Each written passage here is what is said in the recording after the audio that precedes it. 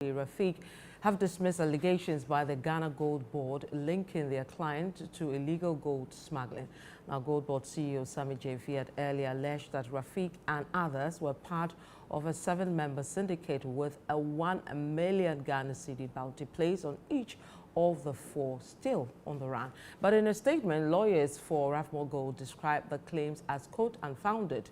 Now, for more, we are joined in the studio by the Deputy Media Relations Officer for Goldbod, Zainab Alhassan, to give us some more on this development story. Zainab, welcome.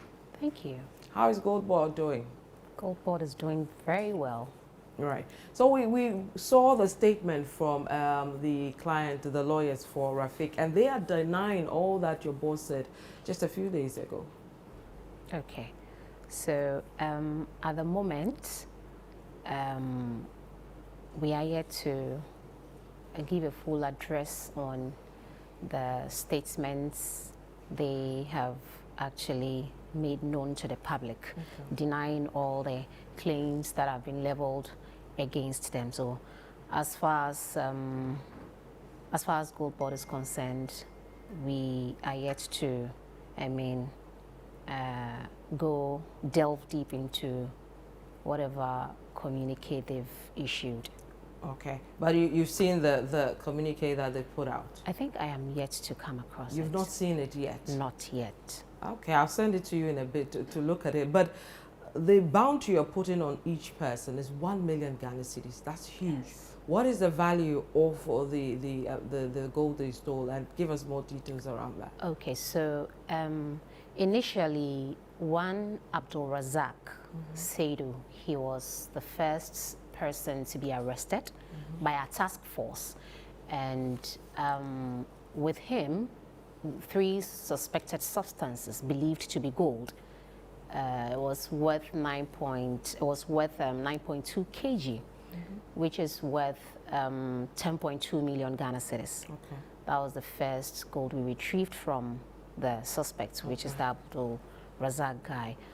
But then upon further investigation, we realized that there is one other accomplice called Bernard Nkrumah, who operates with the name Benak Enterprise. Actually, he is one of our license holders. We've issued a license to him, a Tier 2 license holder at that. Yes, so he was using his office, or let's say his license, to be buying on behalf of Rafmore. Okay. He was buying on behalf of Rafmore Gold Limited.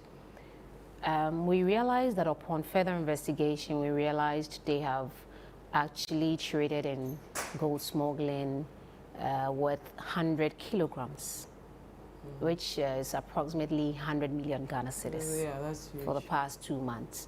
Okay. So these are the amount of, or let's say the value of gold we've been able to, record from them so far. So we're looking at about 100 million Ghana cedis. 100 million Ghana cedis. Okay, that's huge. But it appears your attention now as an institution is moving towards smuggling.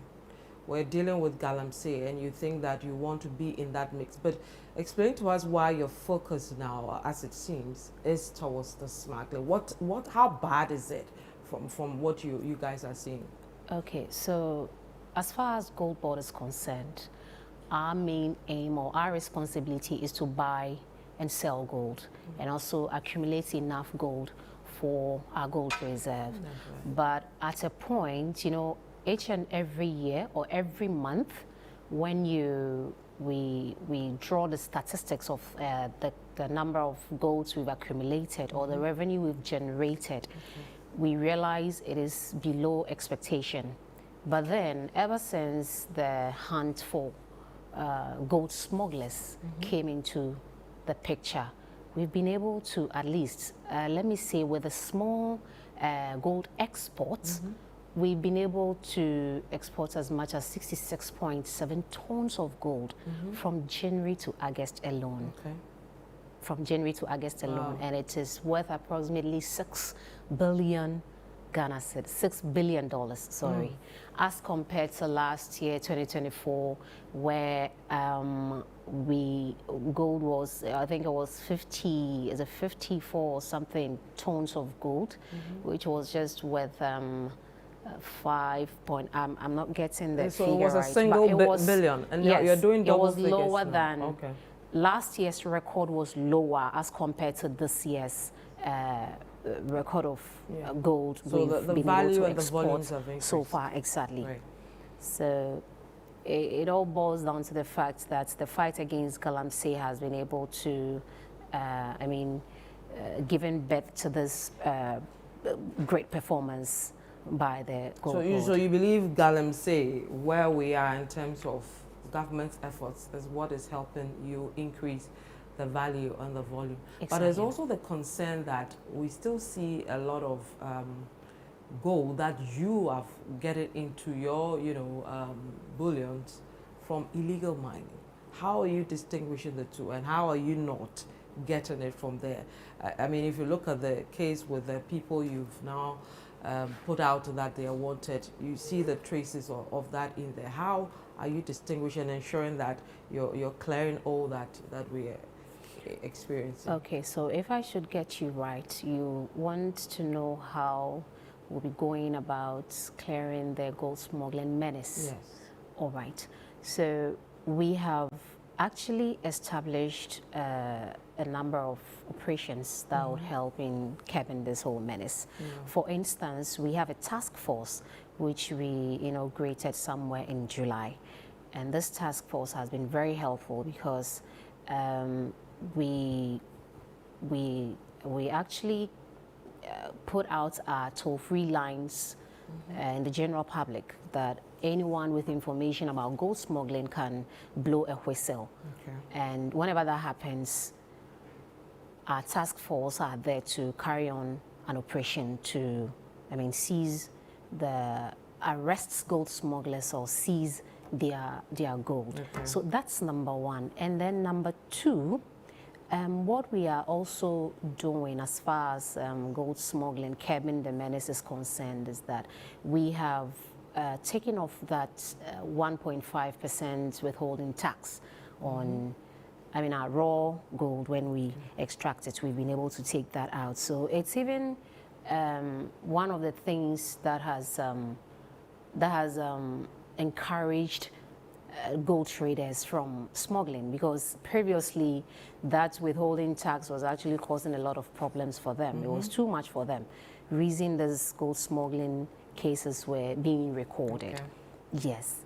And we've put so many measures in place. Just recently, which is I think on Monday, we supported the National Anti-Illegal Mining Operations Secretariat.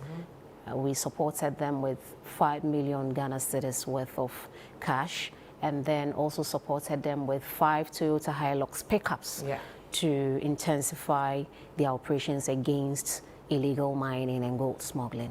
I'm happy you spoke about prices, because somebody just sent a message. He says that Goldbod is purchasing our gold at lower prices than the market offers.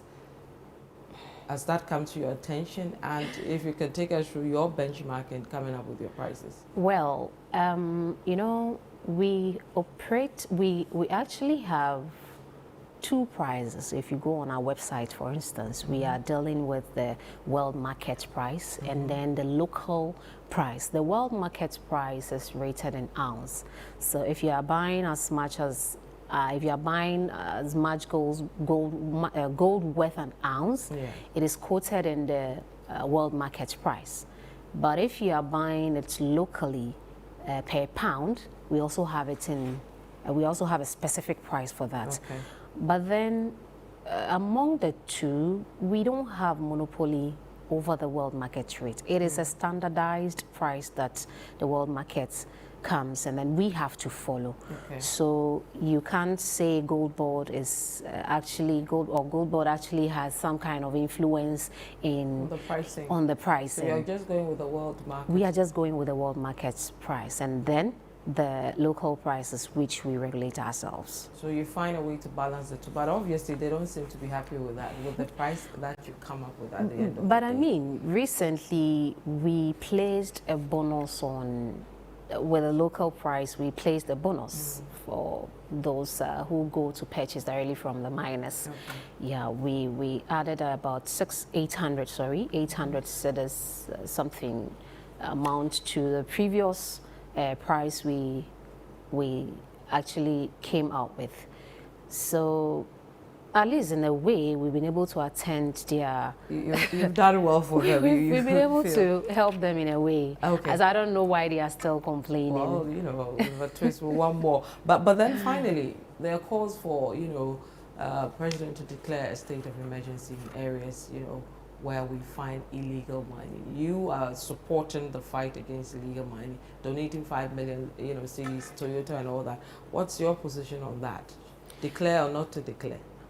For now, we have not actually decided on whether to go for or against. When would you decide?